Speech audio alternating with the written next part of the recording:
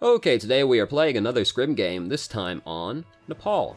And I know the video is an hour and 10 minutes long. Don't worry, this game doesn't somehow turn out to be an hour long. As incredible as that a game on Nepal that would be to see, that's not the game we're playing today. It's just there's a few games on this one video, and I think we'll split it up over a few days, you know? Rather than go through it all in one sitting, because, I mean, let's be realistic. This video is an hour long. That means we'll be here for like 3 hours easily, so just Nepal today. So our heroes today are the boys in blue, once again. We've done an incredible job of not being communists so far. I think every time we've played a Scrim game, we've been the blue team, so good job us. So we're on Sanctum to start with, and we have a very Sanctum team. We are very long range. We would like to sit on this ledge, and if everybody could stay the fuck off of our ledge, that would be very much appreciated. Thank you very much. Personal space.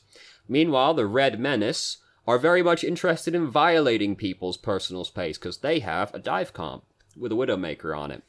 You can put Widow on a dive comp, so I don't really know why I felt the need to draw a line there between Widowmaker and the dive comp, whatever. So we're just going to start the game. It is a little scary for us, because we don't have many ways to stop divers. Oh yeah, get excellent camera work. Give us a nice close-up of that masonry right there. Oh, look at the craftsmanship. Incredible.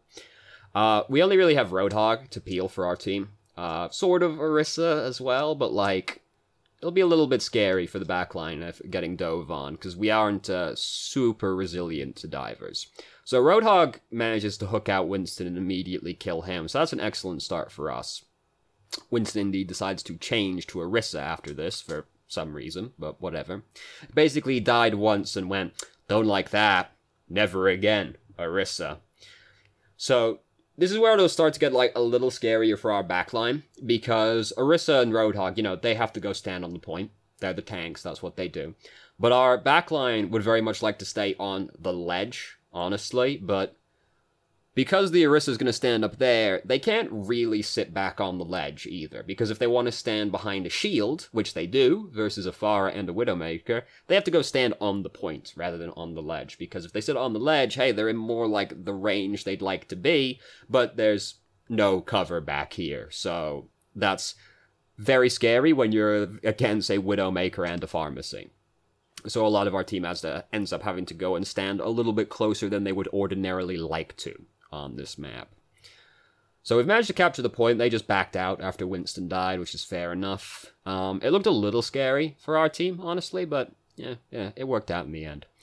So this isn't really the greatest camera angle in the world, because you notice how most of the red team is obscured behind the ribbons that are the same color as the red team.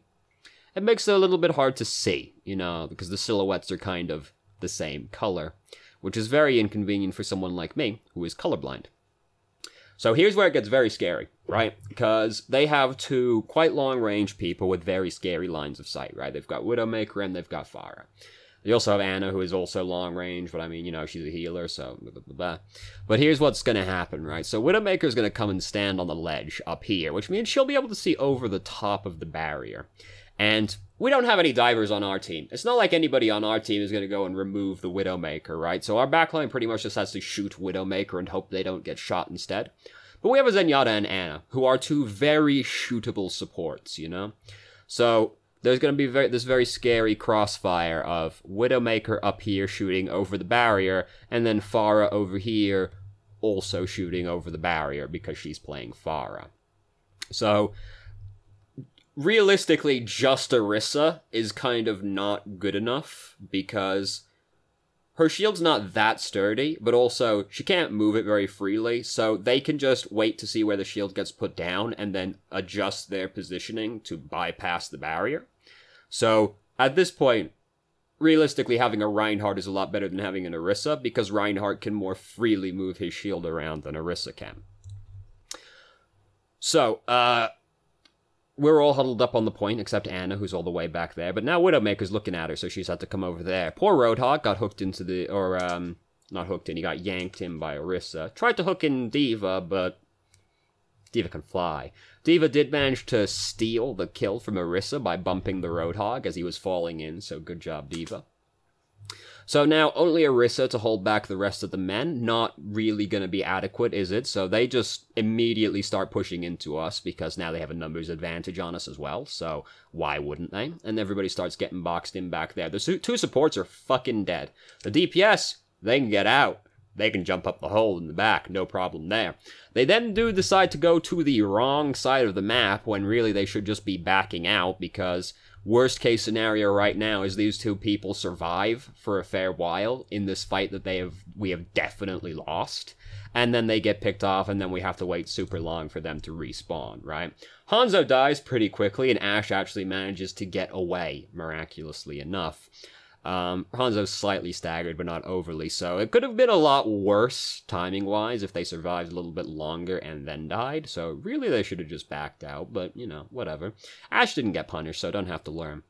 So let's stop now and look at the ultimates, right? So we didn't build up very much ult charge over the course of that, honestly, because we won the first fight, but only by killing one person, and then they immediately backed out, and then we lost the second fight pretty resoundingly, so we didn't really get to build up that much ult charge compared to the enemy team. Widow's just used her ultimate, by the way, which is why she's at 0%. But, so we have Dragon Strike, we have Nano Boost, and we are close to having Transcendence. The only combos we have for Nano Boost are Roadhog and, depending on how you look at it, Bob. So Ana having Nano Boost means basically nothing to us right now, because we don't have anybody super good to Nano Boost outside of that. Hanzo, we don't have a Zarya, so we don't have anybody to group them up for Dragon Strike, so his ult is also a lot less good than it normally would be, though this map is relatively confined, so he's got that going for him, which is nice. But on the enemy team, they've got Self-Destruct, they're about to have Barrage, they're about to have Valkyrie, and they're about to have Nano Boost as well.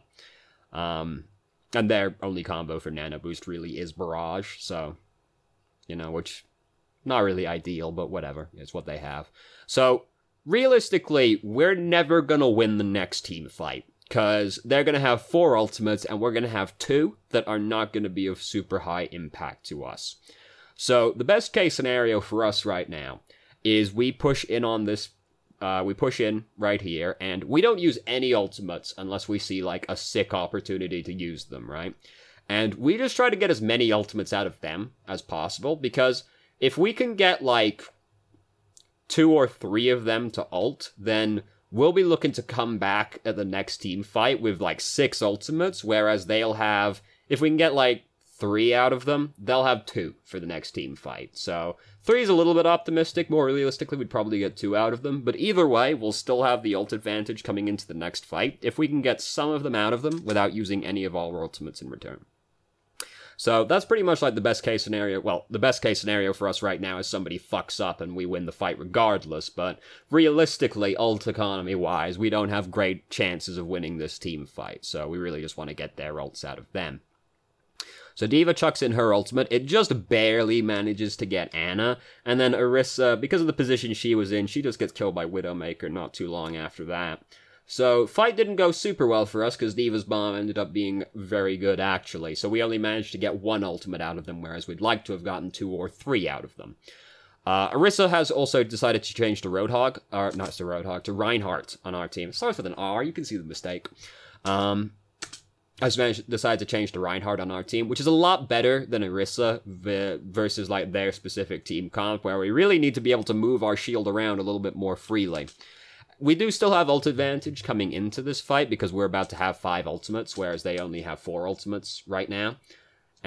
Granted, you know, Barrage, Nano Boost, Valkyrie, they've got 3 pretty, like, in combination, they've got a lot of very strong ultimates. Also the Bongo. Can you imagine how fucking strong that Barrage could be if she's got all those damage boosts on top of her? So anyway, we're deciding to go around the left-hand side, come up on the back of them right now. We would like to try and do something about the Widowmaker, so that's fair enough.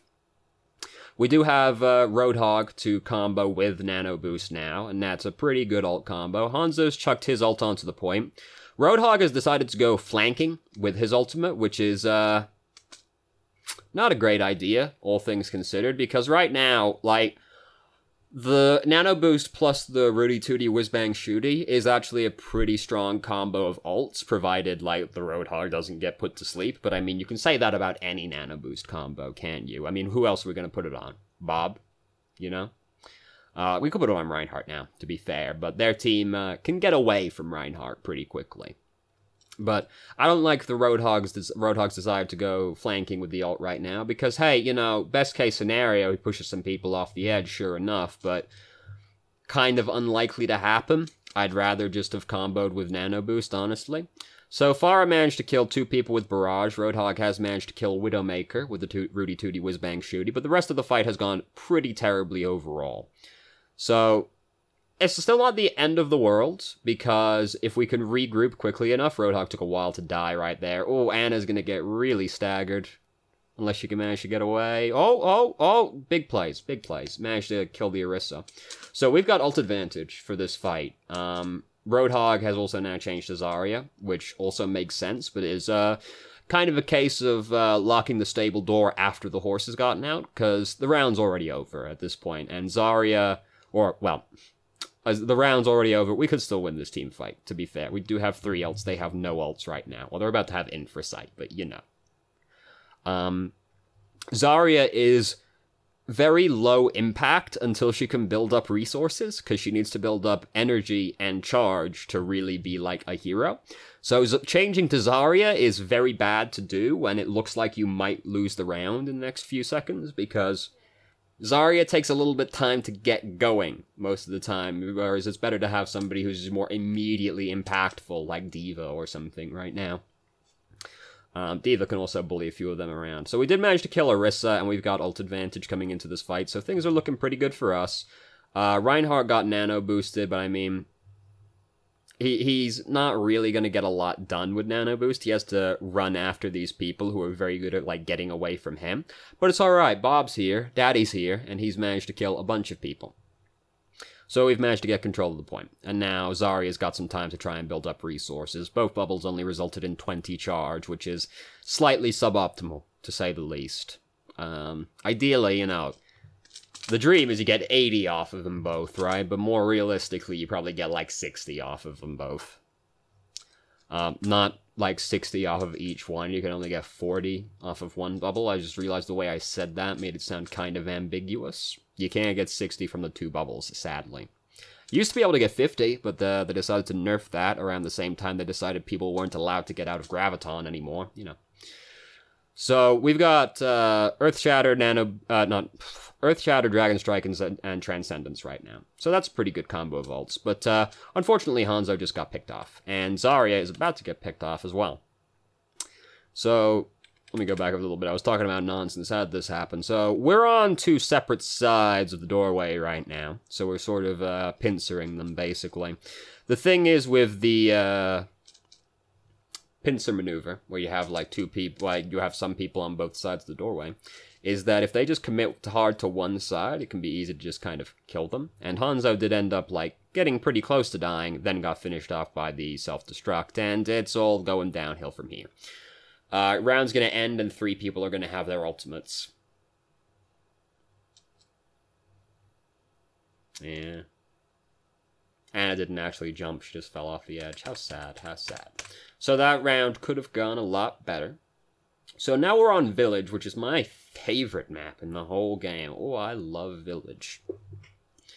So we still have a very similar team comp where we're relatively long range, though we're a little bit more close range. We're generally more survivable now. We've got Moira, McCree, and Zarya, who can all, you know, they're all, so Moira is more survivable than Anna by about 1 billion miles, and Zarya can help keep someone alive, and McCree can peel for people in the backline as well. So we're a lot more survivable now than we were previously, but still, like, if they come at us with a dive comp, it's not like our team is super well suited to dealing with a dive comp, because we are still, like, long-range hit-scan DPS who don't typically like being dived on, you know? McCree can deal with it, you know, he's got flashbang, certainly, but he's not gonna, he still doesn't like being dove. They don't have a dive comp, really, but they do have, they still got Pharmacy, because, you know, and now they've got Doomfist and Bridget as well, so 2 very popular heroes right there. Oh, I love Doomfist, So this is also, you know, perhaps more personal preference than anything else, but I really don't like the long-range hit-scan DPS on Village, because honestly, fights on Village tend to be, like, straight-up brawls more than anything else. If you can get some, like, if you can get control of the high ground, that's great. But more often than not, Village just ends up turning into, like, this melee. And if you can't get, like, control of the high ground, the hit-scan DPS don't really have a great place to stand outside of that, because they're either looking up at the high ground, which is not where any hit-scan DPS wants to be, or they're in, like, they don't have a very good line of sight, right? Because if you're, like, over here trying to contest the people on the high ground, it's not the greatest angle for them. So, you know, maybe more personal preference than anything else, but I don't like the hit-scan DPS on Village particularly. Unless, you know, if you're trying to counter Pharah, fair enough, I suppose, and that might be the intention. So, right at the start, everybody just got absolutely dunked. They've got big AoE damage, and a bunch of people took a bunch of damage all at once, and we just got absolutely trounced right there. Yes, sir.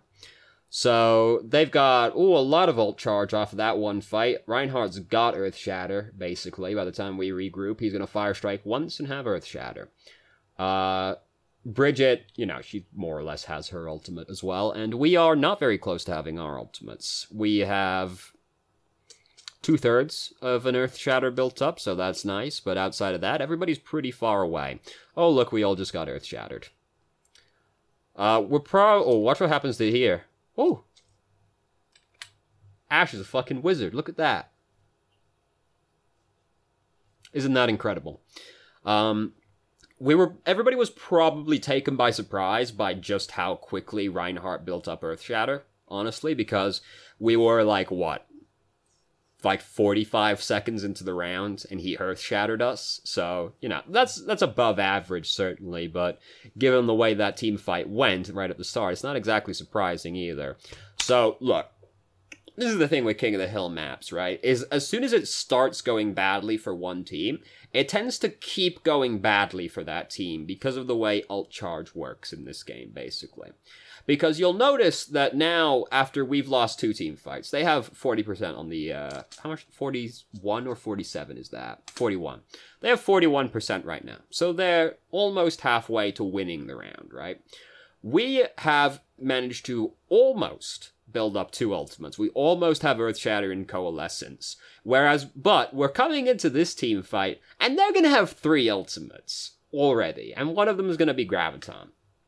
While they have, you know, Bridget, Reinhardt, Pharah, so that won't be a fun Graviton to be stuck in, even if they don't combo any ultimates with it. So, King of the Hill maps, they don't last very long, and the team that starts winning, as long as they don't waste a bunch of ultimates, they usually keep winning. So, snowballing tends to be a huge issue for King of the Hill. So again, coming into this fight, we're at an ult disadvantage. So Reinhardt's going to have to get one sick Earth Shatter on their team, which will be fairly difficult for him to do versus that comp. Or, you know, best case scenario outside of that is, again, we get them to use a few ultimates, we regroup quickly, don't spend any of our ultimates, and hopefully come into the next team fight with ult advantage. It's not impossible to win this team fight as long as, like, we don't get stuck in a nasty Graviton and Reinhardt can get a decent Earth Shatter. It's feasible. We win the team fight. But again, they've got, like, more ults than us. It's not exactly optimistic looking, honestly. McCree has almost managed to build up Deadeye as well, but they're starting to go in. Bridget rather has popped her ultimate, and Zenyatta's gotten picked off immediately. Our whole team has just gotten basically split up really badly during this team fight, because we just sort of immediately, we try to push in all together right now, and now everybody goes a different direction. Because Ashe went over to the right side, the 2 healers and McCree are going into the back room over here, Reinhardt's standing his ground, and Zarya's backing out on the left-hand side. So everybody has had this different idea of which way they're going to go, basically. So we've ended up just kind of, like, getting driven apart, and then it's very easy for us to just slowly get picked off one by one, which is exactly what's happened to us. So, unfortunately, the only ult we got out of them on that push was Rally. So, That's not great. We are going to have ults coming into this fight, but we're basically just at, like, equilibrium with each other at this point. Tragically, though, they have better combos for Graviton than we do, and they've got their Graviton and their combos. So, even though we've got, like, roughly the same number of ultimates, their ultimates mean more than ours. So we have to be real careful about this Graviton, basically. If we get caught in this Graviton, we're fucking dead, because Zenyatta doesn't have Transcendence yet. Even if he did have Transcendence, let's be realistic, they could kill us through Transcendence. So Zarya's used her ultimate, she's managed to get 3 people in it, which is pretty much good enough. And we're gonna lose this round as well. And people use their ultimates. We've got people in the Graviton right there, you know. It was an unfortunate situation for us to be walking into. Basically, the only way we win on that last push was pretty much we're really aware of the fact that, like, they have a lot of ultimates right now. So we try to split up to avoid getting all caught in the Graviton. But then at the same time, because of the way our team is, the more split up we are, the easier we are all to get picked off as well. I thought she was going to die in her play of the game right there. No. So, Rip, your team is, I don't know, really fucking bad. It wasn't that terrible. Like, you can get snowballed on King of the Hill really badly, and which is basically what happened to us. Like, coming into those team fights towards the end, just because of the way ults work, like, the team fights weren't super optimistic for us. We were just gonna have to be really fucking careful coming into, like, those last pushes on both rounds, because they had ultimates, basically. The last round, the last team fight on Village specifically, like, they were going to have some very scary ultimates, so, you know, we had to either be aware of the Graviton and try to avoid getting caught in it, which is, you know, difficult when your team is, like, very easy to pick off, because then the more scattered you are, the easier you are to get picked off. Or, alternatively, we could have basically found Zarya, and then just immediately tried to bully the fuck out of her to try and stop her from getting a good ultimate off. Because that's the alternative play if you don't like, if you know that Reinhardt has Earth Shatter and you're afraid of getting Earth Shattered, you can just pressure the fuck out of Reinhardt so that he can't get a good Earth Shatter off because he's too busy being murdered, you know? Even if he does Earth Shatter while you're all pressing in on him, you know, he might just immediately die as soon as he pushes his ult. Or not be able to do anything once it happens. So, you can do something similar with Zarya. If you just start pressuring Zarya, then she's less likely to get a good ult off. But then, you know, that depends on us finding Zarya. Zarya being in a position to bully her, and then being in a position to get bullied, and then her team not saving her. So, it's a crapshoot either way. That's the thing with King of the Hill, is you can get snowballed on really fucking hard. And we got snowballed on pretty fucking hard. So the Red Menace gets to win today. But it's okay, we've got like 4 more videos on, we've got like 4 more games on this video to go through yet. So our boys in blue have got plenty of time to bring it back yet.